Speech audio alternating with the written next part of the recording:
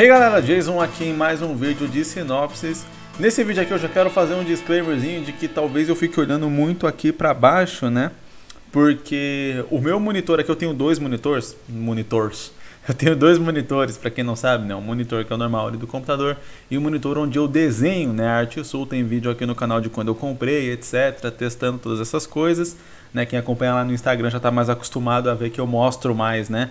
Lá, mas quem viu os vídeos também de rotina conhece aqui o setup, né? Fica meu monitor aqui, onde eu desenho, aqui embaixo, e o outro monitor do computador mesmo, com outras telas aqui em cima. Só que hoje deu algum BO no monitor e ele simplesmente não está conectando no computador, ele não está funcionando. Eu ainda não parei para tentar resolver isso, né? Eu tentei trocar cabos, tentei algumas coisas ali, não funcionou, não sei o que eu vou ter que fazer para resolver, mas enfim, não posso perder muito tempo, então dá para mexer assim, né? Deu para trabalhar, deu para fazer as coisas aqui, porque eu tenho, né? A Arte Sul, ela é um monitor, então ela funciona aqui. Só que você vê que eu fico olhando para baixo para eu olhar para ela, né? E aí para ler as sinopses nesse caso aqui, eu vou ter que olhar para baixo. Aí vai parecer engraçado, quando eu olho para baixo fica parecendo que eu tô com o olho fechado, ó. Mas na verdade eu não tô com o olho bem aberto, só que eu tô olhando para baixo. Aí fica meio zoado, eu tava meio na dúvida, mas eu vou tentar ler aqui rápido e aí já voltar aqui para olhar para você, para não parecer que eu sou um sonâmbulo que tá falando dormindo, beleza? Vamos lá então, bora começar o vídeo. O nome da nossa primeira sinopse é O Amor em Silêncio. Um garoto extrovertido que gosta muito de conversar vive em seu cotidiano no ensino médio, mas ele se apaixona por uma garota introvertida, ok? Quieta e muito calada. É o que a gente costuma interpretar como pessoa introvertida. Agora ele falar de tudo para conseguir conquistar ela, mesmo sendo difícil conversar com ela. Cara, interessante, né? Uma história bem simples ali, focada no romance. É legal porque geralmente pessoas introvertidas, né, têm uma certa relação de se afastar de pessoas extrovertidas. Por uma questão de que, né, é uma diferença natural. E muitas vezes, e eu falo isso como uma pessoa introvertida, né, no meu lugar de fala de pessoa introvertida, extremamente tímido, às vezes existe até uma questão de uma certa inveja da pessoa extrovertida. Então você não quer ficar muito perto dela, porque ficar perto daquela pessoa faz você realçar o contraste entre você e ela. E geralmente as pessoas introvertidas muitas vezes têm vontade sim de interagir, de conversar mais, de ser mais extrovertido, mas a vergonha te impede, né? Um medo ali, uma coisa irracional que te impede de ser assim. E aí, obviamente, muitas vezes a gente converte, né, essa inveja como uma relação ruim, do tipo, eu não gosto dessa pessoa, mas não é que você não gosta dela, é que você queria ser igual a ela e não consegue, logo você fica com raiva e acaba não compreendendo essa raiva como uma raiva da pessoa por si só, e não só uma raiva de si mesmo por não conseguir ser assim.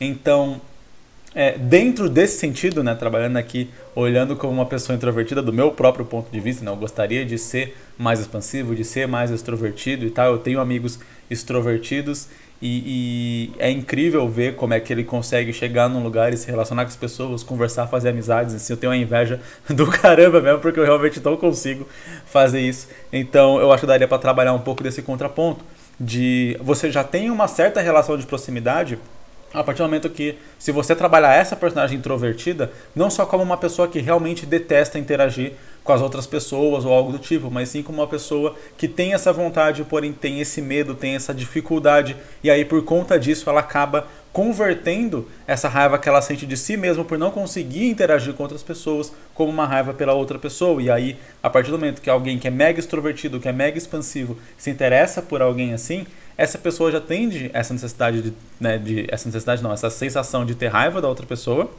Logo, já cria uma barreira natural entre os dois personagens, né? A própria personagem, ela tem uma certa admiração e raiva, né? Uma mistura de admiração e raiva ao protagonista, e o protagonista obviamente vai tentar puxar isso dela, né? Tentar puxar um lado mais extrovertido dela para conversar com ela, para interagir com ela, ou coisa do tipo, e vai ter essa questão de ser afastado ali e muitas vezes de não compreender. Eu acho que principalmente aí eu já não estou no meu lugar de fala, porque como eu disse, eu sou muito tímido, eu sou muito introvertido. Mas eu acredito que uma pessoa extrovertida, ela não entende essa barreira que uma pessoa introvertida sente em relação a interagir com outras pessoas, a ser mais expansivo, a conversar e tal, a fazer amizade. Eu acredito que não entende porque geralmente ser introvertido ou ser extrovertido é alguma coisa natural, né? Então é natural para uma pessoa ser mais expansiva, conversar com outras pessoas sem sentir esse medo, sem sentir esse receio e tal. Enquanto para uma pessoa introvertida é completamente natural também não ter vontade, ter esse medo, ter esse receio de conversar com outras pessoas. Algo assim, não chega a ser uma coisa racional. É isso que eu quero dizer, não é algo que você chega um dia e fala, ok, vou ser assim, e aí você decide e muda. Obviamente, tem como uma pessoa introvertida se tornar extrovertida, né? Treinar, ir quebrando esse medo, esse receio, a ponto de virar uma pessoa extrovertida, da mesma forma que uma pessoa naturalmente extrovertida tem como ficar introvertida se ela talvez parar de ter acesso às oportunidades de ser extrovertido, digamos assim. Então, sei lá, pandemia, por exemplo. A gente teve a pandemia, as pessoas ficaram trancadas em casa. Com certeza, muitas pessoas que eram naturalmente extrovertidas acabaram ficando mais introvertidas porque não tiveram mais contato com a sociedade, né, com outras pessoas para poder conversar, para poder fazer novas amizades, para poder exercitar a sua extroversão. Essa palavra nem existe. Mas enfim, você conseguiu entender.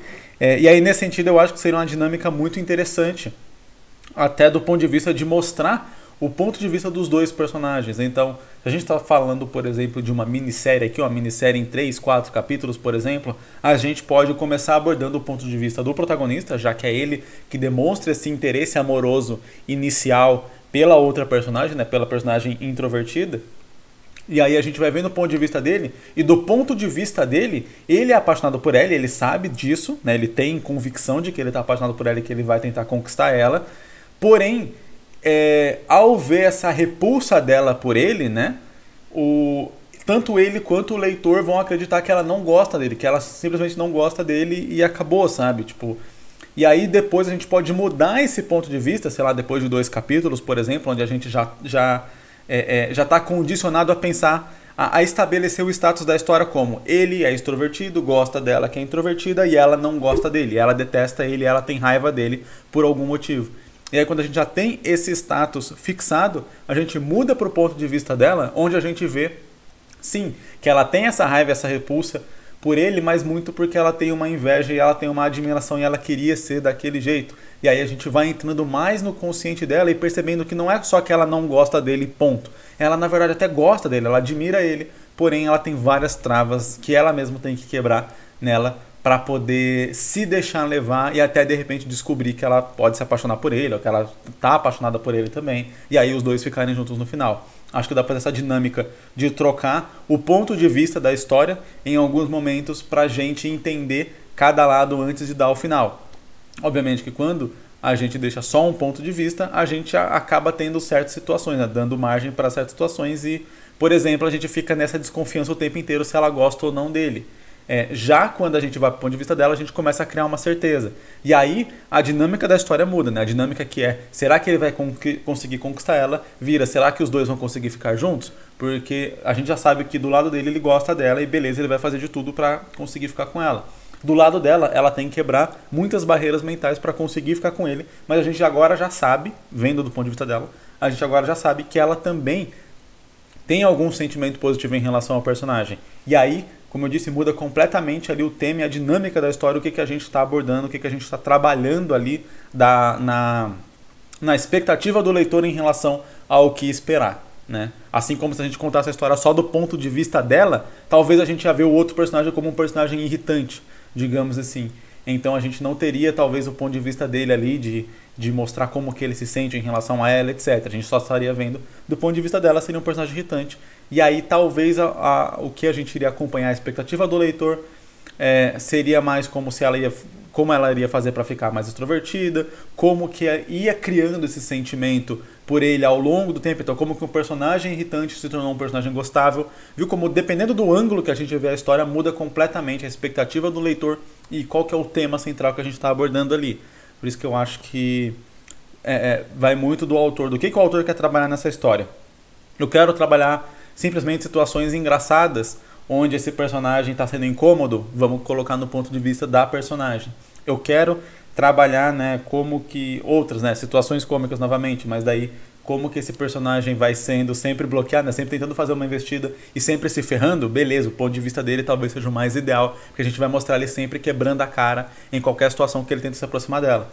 Eu quero mostrar um lado ali, os dois lados da moeda, e tentar trabalhar um desenvolvimento dos dois, a ponto de que eles fiquem juntos, onde ele compreender o que ela sente e ela conseguir compreender também o que ela sente para poder melhorar um pouco. E aí beleza, ele compreendendo o que ela sente também, ele vai entender ali que não adianta querer forçar ela a conversar ou forçar ela a ser extrovertida ou algo do tipo, porque não é assim que as coisas funcionam. E aí, beleza, a gente trabalha no amadurecimento dos dois personagens a ponto de que realmente no final eles possam ficar juntos. O nome da nossa segunda sinopse aqui é Demônio Black. Demônio Black. Achei engraçado o nome, essa mistura do português com o inglês, mas isso é algo muito comum dos mangás. Por sinal, você misturar uma palavra inglesa, não, uma palavra em inglês com uma palavra japonesa. Eu não costumo ver isso muito acontecer em mangás brasileiros, em quadrinhos brasileiros como um todo. Interessante, Demônio Black. Gostei do título. Me deu uma estranheza assim de imediato, mas pensando um pouco mais a fundo, acho que fica legal, acho que fica bem original. Vamos lá. 10 anos após a morte da sua irmã, um garoto tenta trazer ao seu universo um ser chamado Omega Black. Beleza. Na tentativa de realizar seu desejo, criar um mundo puro e justo. Na tentativa de realizar seu desejo. Ponto. Criar um mundo puro e justo, mas Omega Black tem outros planos. Tá. Ok, vamos lá. Ele altera a realidade e isso faz o garoto perder todas as memórias e assim ele acorda num mundo totalmente diferente. Não é só o mundo que mudou, ele se tornou uma garota, mas isso é só a ponta do iceberg. Agora é sobreviver num mundo governado por um único ser. E isso o faz se perguntar, esse realmente é o Omega Black que ele conhecia? Mas ele conhecia? Fiquei um pouco em dúvida em relação a essa sinopse aqui. Porque não me deu a entender que o Omega Black era tipo um amigo dele ou algo do tipo. Me pareceu realmente, né? Ele fez um pacto ali, ele invocou um demônio, fez um pedido e esse pedido saiu pela culatra, né? Muito pela culatra, ele alterou o mundo inteiro. O que me deixa na dúvida sobre, né, duas coisas principais. Essa pergunta, afinal, ela me pareceu um pouco descabida, dado o contexto que foi apresentado aqui da história. E esse demônio tem o poder de alterar completamente a realidade. O que eu quero dizer com isso? Quando a gente escala o poder do vilão num nível absurdo, tipo esse, mudar completamente a realidade, porque o cara só invocou o demônio, fez um pedido, o demônio fez isso com a realidade. Primeiro, né, beleza. O quão difícil teria que ser invocar esse demônio para um demônio ter esse nível de poder. E a partir daí, como que se derrota algo assim? Como que se derrota um demônio desse jeito? E qual relação que isso tem com a morte da irmã e tal? E aí essa questão. Beleza, vamos tentar traçar aqui uma linha do tempo para entender um pouco melhor a história. Diz aqui que 10 anos após perder sua irmã, né, esse garoto faz aí esse ritual para trazer ao universo tal do Omega Black. Então vamos imaginar que ele gastou 10 anos da vida dele estudando realmente como trazer esse demônio, e esse demônio iria poder reverter ali alguma coisa, porque sei lá, a irmã dele morreu ali por conta da injustiça, o mundo é um lugar sujo, o mundo é um lugar corrompido e tal, aí você tem que apresentar essa contextualização do mundo para o leitor talvez comprar um pouco a ideia do protagonista logo de cara, porque senão fica aquele protagonista detestável, que inclusive muitas histórias trabalham com protagonista detestável. Caraca! Com protagonista detestável. Difícil falar isso. Enfim, muitas histórias trabalham com isso, né? E aí é complicado porque ao mesmo tempo que o protagonista detestável, tem que parar de falar essa frase, ele tenta tirar o leitor da história o tempo inteiro, porque você fica com raiva daquele cara, você não quer ver ele, você quer que ele morra. E aí geralmente você tem que colocar outros personagens em torno dessa história que vão trazer esse carisma, que vão trazer aquela identificação, aquele personagem que o leitor vai falar, pô, eu torço por esse personagem, eu quero que esse personagem consiga realizar o objetivo dele. Beleza, você pode até trabalhar com o, tem que falar devagar, protagonista detestável ali no início, e aí você tem uma reviravolta completa quando ele virar mulher e aí estiver nesse novo mundo. Porém, aí de novo, a gente precisa de dar porquês para as coisas, né? Quando eu digo porquês, não é só dentro da lore, do contexto da história. Tipo, por que ele invocou o Omega Black Ah, porque tem como naquele mundo. Por que ele virou uma garota? Ah, porque o demônio transformou ele numa garota. Não quero dizer isso, porque o demônio tem esse poder. Não é essa a ideia que eu tô falando, né? Tipo, dentro da história que a gente vai contar, a gente falando não como leitor, não inserido dentro do mundo. A gente falando como autor. Dentro da criação, dos motivos da história que você está querendo contar. Qual é a importância da morte da irmã? Qual é a importância da invocação do demônio? Qual é a importância de ele virar uma garota para o contexto da história? Essa história poderia ser contada igualzinha se ele continuasse como um menino? Se a resposta for sim, então não tem por que adicionar essa questão. Se a resposta for não, aí beleza, faz sentido a gente colocar ali. Quer dizer, o personagem vai ter, vai adquirir conhecimentos, vai ter um engrandecimento pessoal por ter se tornado uma garota, ou é só para criar uma situação engraçada? Né? Você vê a obra clássica de troca de gênero, né? Que é o Rama-Meio. Rama-Meio, ele trabalha um personagem que era relativamente ali machista, que estava inserido num contexto meio machista, etc. E aí quando ele vira uma mulher, ele vai ver todo aquele mundo, todo aquele contexto que ele estava a partir de outra ótica, né? A partir de outra visão completamente diferente. E é isso que justifica o plot da história de ele virar uma mulher. E esse celularzinho vibrando na hora errada. E aí, dentro da história, tem um motivo para aquilo acontecer. Quando a gente fala, ele vai invocar o demônio e essa é a situação problemática da história. Qual que vai ser o objetivo dele desde então? Porque quando fala, ele realmente conhecia o Omega Black, parece uma história de que eles eram amigos e aí o Omega Black traiu ele. E o que me foi apresentado no começo é que não, ele buscou invocar um demônio, fazer um pacto, e o demônio, como todo demônio, né, não só realizou o desejo dele, né, fez o que bem entendia ali, e ele acabou sendo punido por ter desejado isso. Agora, qual que é o objetivo dele em relação a isso? Beleza, eu destruí o mundo, eu destruí o universo, talvez a minha decisão tá matando vidas pra caramba, a rodo, aí, sabe, isso é um peso muito grande dentro da história, e aí todo esse peso precisa ser muito bem trabalhado, no sentido de que, qual que vai ser o objetivo dele? Ok, eu vou ir lá destronar esse cara, eu vou reverter a situação, como que eu faço para reverter essa situação? Beleza, eu tenho que achar uma forma, essa forma existe, como que se acha essa forma? Aí a gente vai trabalhando os pontos da história. Então, tinha um personagem que, por conta de toda a injustiça que o mundo tem e que essa injustiça, né, toda essa problemática do mundo culminou na morte da irmã dele, inocente, né, obviamente. E aí, por conta disso, ele toma uma medida extrema. Ele decide buscar como invocar um demônio e fazer um pacto com o demônio para tornar o mundo um lugar mais justo. Ele consegue fazer isso depois de 10 anos de muita pesquisa, de muita procura, etc. Ele consegue fazer isso, só que ele é enganado pelo demônio, porque o demônio torna o mundo um lugar mais justo, sendo regido por ele. E aí, beleza. Agora o personagem acordou nesse mundo completamente diferente. O lance de ele ter perdido as memórias, de novo, qual propósito que isso cumpre dentro da história? Se a ideia da história, a gente vai começar essa história com ele invocando o demônio, e aí acontecendo todas essas coisas, beleza, a gente tem uma história e talvez ele perder as memórias fica meio sem sentido. Agora vamos lá.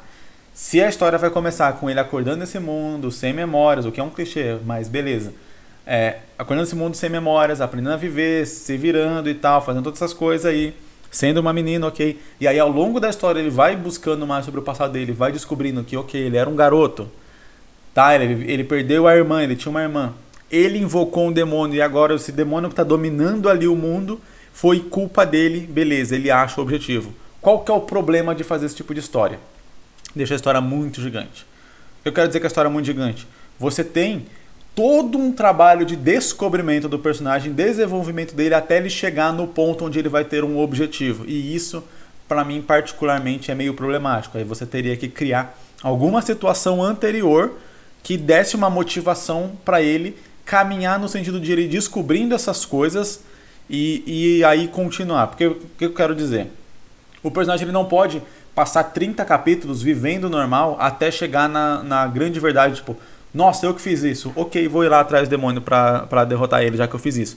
Sabe? Tipo, o personagem mudar completamente de objetivo de um ponto pra outro, ele quebra um pouco. E aí fica muito tempo da história sem parecer que a história tá andando pra algum lugar. E aí quando a história não parece andando pra lugar nenhum, fica meio sem aquele senso de continuidade, de tipo, Pra que eu tô acompanhando essa história? Pra que eu tô vendo essa história? Tô vendo essa história pra ver o personagem fazer isso. O personagem cumprir o objetivo dele. Por isso que uma das coisas que eu digo, né, que sempre é muito importante a gente criar na história logo de cara é quem é o protagonista e o que esse protagonista quer. Porque quando você cria isso, você já apresenta isso logo de cara e o leitor sabe, ok, o que eu tô vendo nessa história? Eu tô vendo esse personagem que quer fazer tal coisa. Então eu estou vendo a jornada desse personagem conseguindo essa coisa que ele quer. E né, o One Piece é o exemplo mais claro disso. Eu tô acompanhando o Luffy, que é um pirata, e ele quer chegar no One Piece, o maior tesouro pirata do mundo. Então, eu sei qual que é a jornada. É claro que daí você, beleza, no meio dessa jornada tem 1 milhão de coisas no One Piece, etc, lá, mais de 1000 capítulos, mas independente disso, o que eu quero dizer? A gente passar as 3 temporadas de One Piece sem saber o que é o One Piece, que o One Piece existe, que o Luffy quer ir atrás do One Piece, se ele for só um pirata vagando pelas ilhas, tenho certeza que esse mangá não teria chegado a 1000 capítulos, porque as pessoas não teriam essa motivação de continuar lendo. Por mais divertido que fosse, você não teria esse senso de continuidade. E no caso, o Eiichiro Oda é muito esperto a ponto de, toda vez que a história começa a ficar muito longa em um tema que não tem absolutamente nada a ver com a trama central de One Piece, ele pega um outro arco e coloca ali elementos que envolvem a trama central, que envolvem One Piece, que envolvem o século perdido, que envolvem ali a Marinha e os Tenryubitos, etc., que são a trama principal ali girando, ou um pouco da história do Gold Roger, ou do significado do nome D, e por aí vai.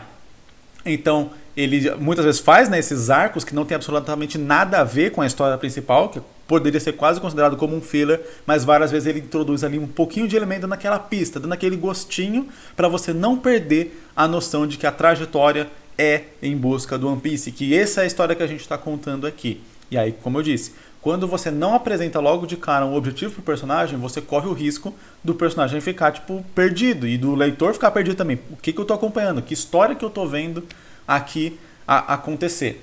Então, ou você vai por esse caminho, mas daí você cria alguma outra coisa que vai definir como objetivo o personagem, ao ponto de que, conforme ele vai buscando esse objetivo, então com esse senso de progressão, ele vai descobrindo essas coisas até chegar ao ponto de ter o plot twist de que tudo é culpa dele. E aí, beleza, é um plot twist bem interessante, mas é um plot twist que você tem que dar lá na frente. E aí, pra dar lá na frente, e aí ele descobrir que aquilo é tudo culpa dele, que ele tem que dar um jeito de reverter isso, é muito tempo de história pro plot twist fazer efeito, e sem o protagonista ter um objetivo direto. Então ele tem que ter um objetivo que já guie ele pra lá, e esse plot twist seja um motivador a mais para ele seguir esse objetivo com ainda mais afinco, agora tendo uma dose de culpa muito grande.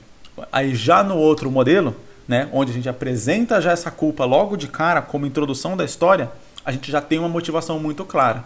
Mas daí particularmente eu não consigo enxergar como que perder a memória e virar uma garota comunica necessariamente com essa história. Qual que é o propósito que isso cumpre? Porque aí o leitor vai saber o que ele fez. Ele não saber o que ele fez, eu não sei se concatena muito, se fica interessante. Porque geralmente numa história não é legal o leitor saber de algo que o personagem não sabe, pelo menos não por muito tempo. Se o leitor descobrir algo que o personagem ainda não sabe, é interessante que o personagem descubra logo em seguida, para deixar os dois ali na mesma página. Quando eu digo na mesma página, é os dois saberem as mesmas informações e, portanto, terem as surpresas da mesma forma, né? no mesmo momento ou algo assim, aumentando o nível de surpresa e o nível de impacto de certas descobertas, decisões, cenas, etc. O nome da próxima sinopse de hoje é Heart of an Idol, ou Coração de um Ídolo. Eu acho que em português fica legal. Coração de um Ídolo, pra mim, parece um nome bem chamativo. E particularmente acho interessante porque ele tem um significado ali direto. Então a pessoa bate o olho e já entende mais ou menos do que a obra pode falar. Claro que se você vai postar em sites em inglês, etc., mantém o Heart of an Idol, mas eu acho que você vai postar em português, quando for publicar esse mangá em português, coloca Coração de um Ídolo. Acho que fica interessante, sem problema nenhum, traduzir ali para quem estiver lendo conseguir entender. Se vai publicar em espanhol, mete o título em espanhol também, que fica legal. Eu não faço ideia, mano. Coração? Eu não faço ideia como é que é ídolo em espanhol. Enfim. Marilu FC é um grande clube de futebol em seu país e teve seu período mais vitorioso na sua chamada Era Dourada. E a principal representação dessa era foi Galvão, um grande jogador considerado um dos maiores ídolos da história do Marilu FC. Porém, após a aposentadoria de Galvão e outros importantes jogadores da equipe, não tem continuação. É isso, outros jogadores da equipe, ponto. Faltou concluir aqui a ideia, porque nós fala, porém, após a aposentadoria de Galvão e jogadores da equipe, não sei o que. Mas vamos lá, ok? Ponto final. A história se passa aproximadamente 15 anos após o fim da grande geração do Marilu. Agora o clube vive uma grande crise institucional e financeira e acaba de sofrer uma goleada de 6-1, menor do que a que o Brasil sofreu, para um dos seus tradicionais rivais. Partida que ocasionou na demissão do treinador. Após isso, o Galvão, que recentemente iniciou sua carreira de técnico, chega no clube credenciado como um grande ídolo da torcida. Acompanhamos a trama e a evolução da carreira do ainda inexperiente treinador Galvão, na tentativa de salvar o clube da sua vida e devolver ele ao lugar que sempre pertenceu. Ao mesmo tempo que acompanhamos seus dramas pessoais que se confundem com duras críticas da imprensa e de parte da torcida ao seu trabalho, causando confusões com sua imagem construída na história do clube. Cara, bem interessante. Bem interessante mesmo. A gente tem uma história de futebol, né? Eu acho aqui importante trabalhar, nesse caso, os personagens, os próprios jogadores, né?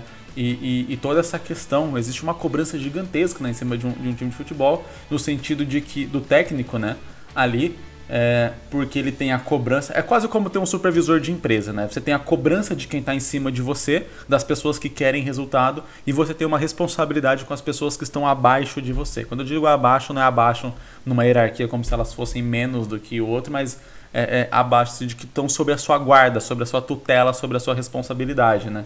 Então tem toda essa questão aí para ser trabalhada. E obviamente, se o Galvão ele estava numa época ali, né, onde ele era um jogador, por mais que ele entenda muito daquilo ali, ele não estava acostumado a receber essa cobrança dos dois lados, ele recebia a cobrança só de cima, né? Obviamente que existe uma cobrança da torcida e tal, mas é diferente de quando você está realmente lidando ali diretamente com as pessoas. Eu digo aqui que por existir essa importância, né, em relação aos pontos de cobrança que o Galvão vai sofrer, de cima e de baixo, é importante apresentar, né, criar e desenvolver bem personagens tanto que são os donos do clube, por exemplo, né? Então, obviamente, quem vai ter a cobrança de resultado deles ali, quem fala diretamente com o Galvão, que provavelmente tem a chance de ser vilanizado ou algo do tipo, e aí por ser vilanizado, talvez é interessante trabalhar esse personagem de modo a tornar ele um personagem um pouco mais tridimensional e não ser só o executivo que quer encher o bolso de dinheiro, sabe? Ter um pouco mais ali de coisa. E por outro lado, do lado dos jogadores, né, com os sonhos de cada um, com o passado de cada um, etc. E as expectativas e como essas expectativas vão sendo frustradas quando o time vai perdendo e coisa do tipo. E aí essa responsabilidade que o Galvão acaba carregando. Achei muito interessante sobre o lance de como vai, né, já era um ponto que enquanto eu estava lendo, eu já estava pensando sobre isso, e aí a autora colocou aqui na sinopse mesmo, porque é um detalhe muito interessante para trabalhar, que a questão não é só sobre as cobranças que um técnico recebe, porque isso, beleza, você não precisaria apresentar todo esse contexto para poder apresentar uma história sobre isso. A questão aqui é principal que ele tinha uma fama e ele tinha um grande nome, e aí a partir do momento que ele vai sendo suscetível aos fracassos, né, agora de uma nova jornada, de uma nova empreitada, ele acaba talvez manchando aquele nome, aquela reputação que ele tinha, e isso realmente afeta muito o personagem, afeta muito qualquer pessoa que sofra por isso psicologicamente, né? Então, sei lá, você é consagrado por fazer uma coisa e de repente você vai para outra coisa e nessa outra coisa você não é tão bom. Isso resvala naquilo que você era consagrado, porque a sua nova imagem não fica aquela imagem de perfeição, de nossa, ele era muito bom naquilo. Ela começa a ser corrompida com essa imagem, nossa, ele não é tão bom, nossa, ele é ruim, ele é médio, ele é não sei o que. Enfim, e isso obviamente afeta psicologicamente a pessoa, então trabalhar isso na história vai ser muito, muito legal. Porque daí a gente não só acompanha como que ele vai tentar trazer esse time de volta à vida, né? Mas sim também como que ele vai lidar com essa questão de talvez deixar o passado dele, deixar a imagem dele para trás, a imagem pessoal, para poder salvar a imagem do time. Então, até então na história a gente tinha um status quo estabelecido. O time foi considerado muito bom na época dele, e aí obviamente isso também é atribuído para ele, né? A fama de um resvala no outro. Então, beleza, provavelmente o time como um todo era um time muito bom, era um time muito coeso. E aí, por o time ser muito bom, elevou o nome do time a um patamar de sucesso. E aí, obviamente, o nome dos jogadores que foram que levou o time ao sucesso também foram elevados ao sucesso por conta do nome do time. Então, uma coisa alimenta a outra, é isso que eu quero dizer. Essa gama de sucesso vai se alimentando. A partir do momento que o time vai caindo e aqueles jogadores não estão mais nesse time, o nome dos jogadores continua em cima, no nível ali de fama, de sucesso, de ser aclamado, né? E o time vai caindo. Quando como é o nome dele? Esqueci o nome do cara. O Galvão. Quando o Galvão vem abraçar esse time aqui, o que vai acontecer na história é que ele vai perdendo também gradativamente aquele status que ele tinha para absorver o novo status de ruim do time. E aí ele precisa elevar esse time a um status bom. O custo nesse caso foi que realmente ele teve que perder todo o status que ele tinha para poder adquirir um novo status, elevando o nome do time. Eu acho que essa fica a dinâmica realmente interessante de ser trabalhado aqui.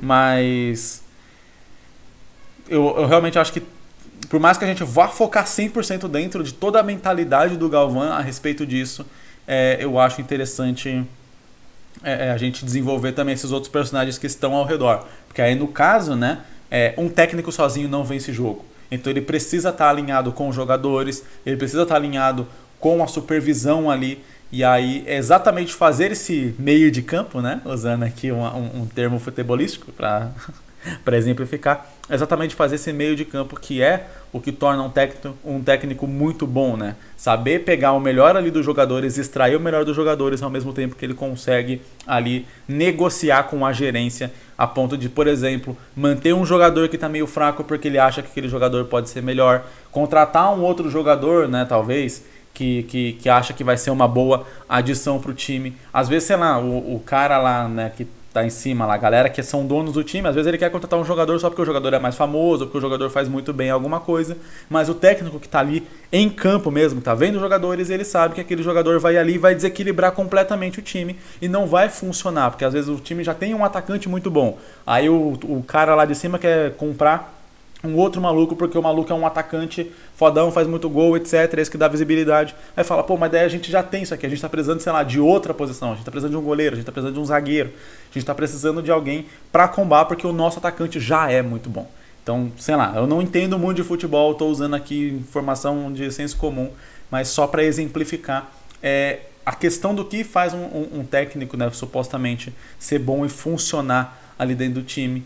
E aí, obviamente, esses são alguns dos pontos que dá para ser trabalhados e, obviamente, esses pontos envolvem muitos personagens que estão ao redor. Então, a gente se importar também com esses personagens que estão ao redor, não gostando de uns, gostando de outros, torcendo por uns, torcendo para que outros sejam demitidos, vai ajudar nessa dinâmica da história para a gente poder também, né, desenvolver o Galvão com o que tem em volta, porque o que tem em volta de um técnico é tão importante quanto ele em si.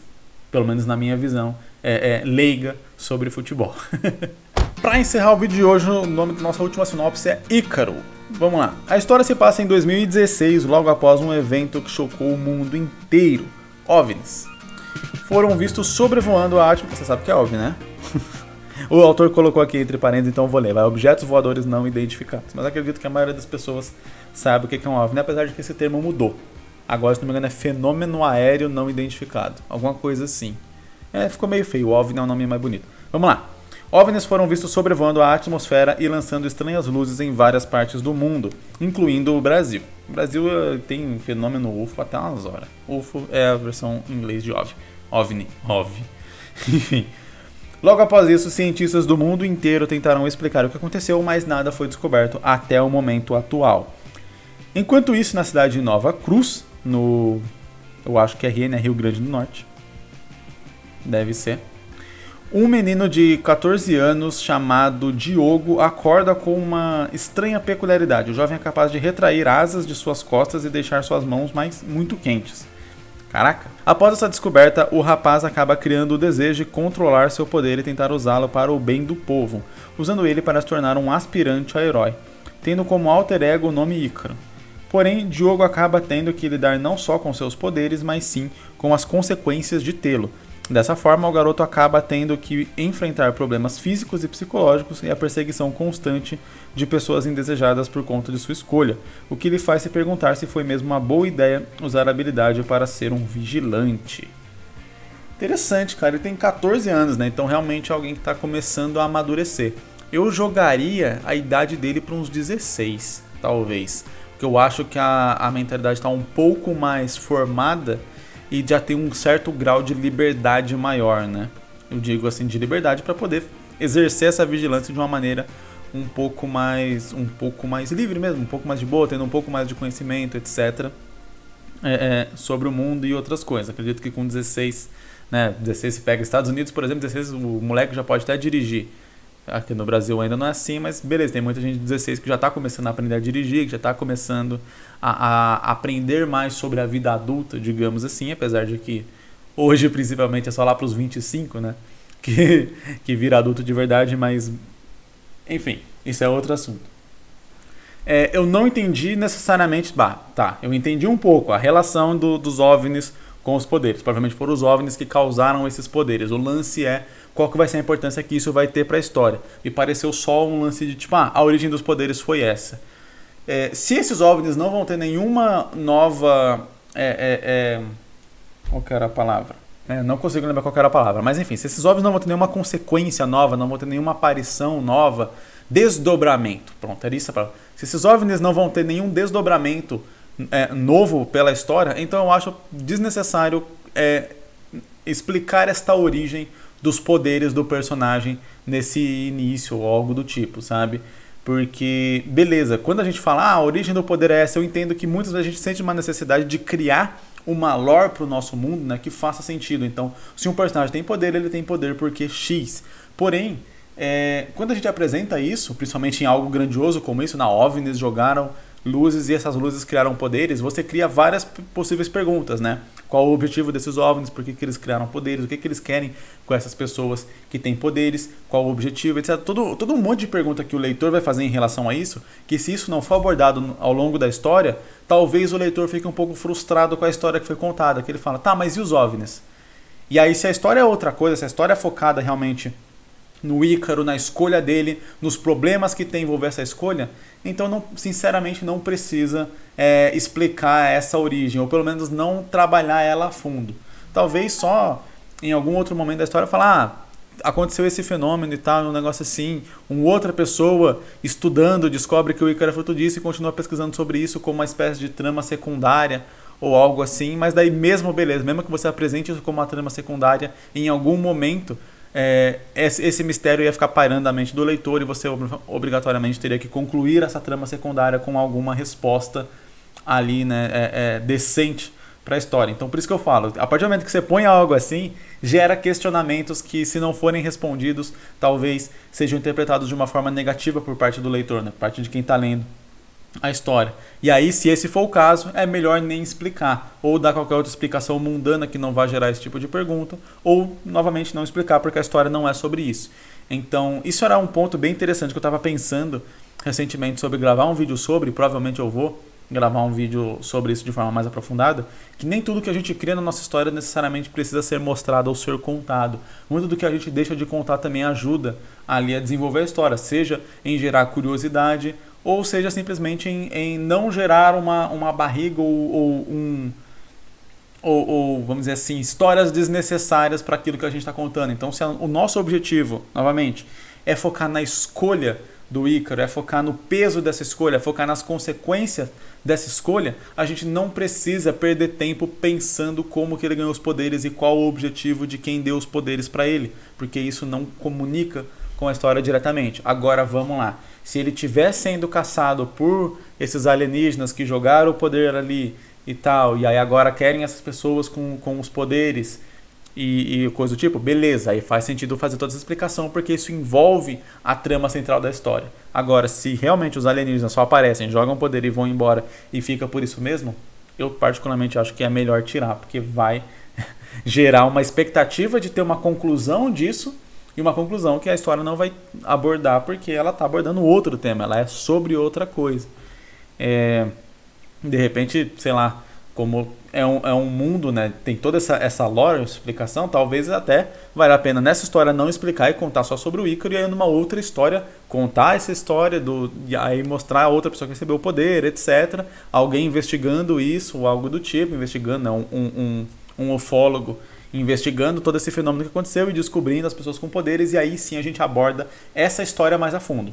Essa história dos OVNIs, essa história dos poderes, do porquê eles mandaram os poderes, etc.